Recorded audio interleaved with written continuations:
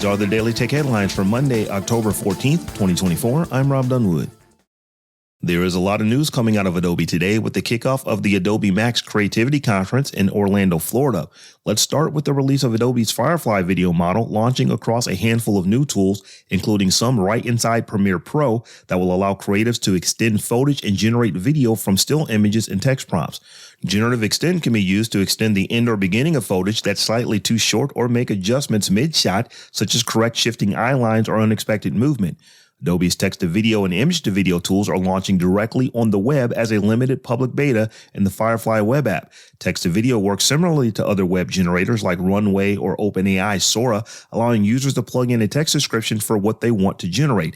Image-to-video goes a step further by letting users add a reference image alongside a text prompt to provide more control over the results. Adobe suggests that this could be used to make B-roll from images and photographs or help visualize reshoots by uploading a still image from the existing video. Adobe has also added new AI features to Photoshop like automatic background distraction removal and a more powerful Firefly generative AI model. The new distraction removal feature has been added to the Remove tool and works a bit like Google's Magic Eraser, allowing users to quickly remove unwanted objects from their images by brushing over them. Photoshop's Generative Fill, Generative Expand, Generate Similar, and Generate Background tools are now generally available and have been updated with the latest Firefly Image 3 model that was launched in beta in April. Adobe is launching an extension to its Adobe Digital Academy, which will train 30 million people in AI content creation and marketing skills by 2030. We think there's an urgent need, but also a massive opportunity as AI is transitioning the way that people work and the type of jobs they'll have, says Stacy Martinet, Adobe's Vice President of Marketing Strategy and Communications. We want AI to bridge the digital divide, not further it. People will be able to access the course content free through Adobe Express and the creativity platform Behance, and the company is also working with the online learning platform Coursera to offer paid certificate programs built around the Adobe developed course material.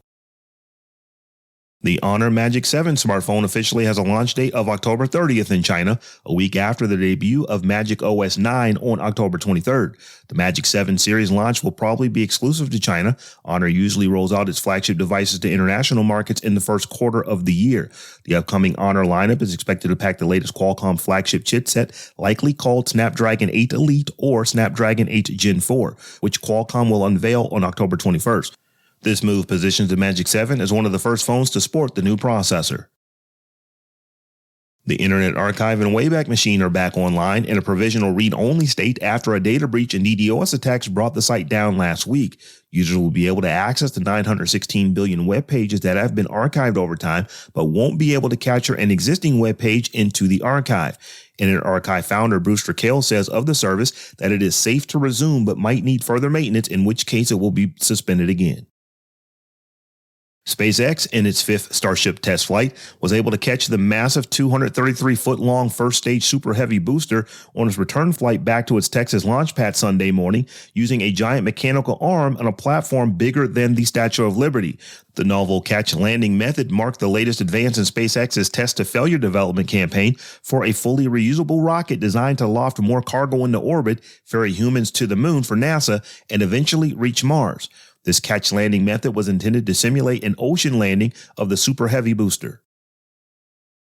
Japanese electronics giant Casio just acknowledged that the cyber attack it confirmed on October 7th was a ransomware attack.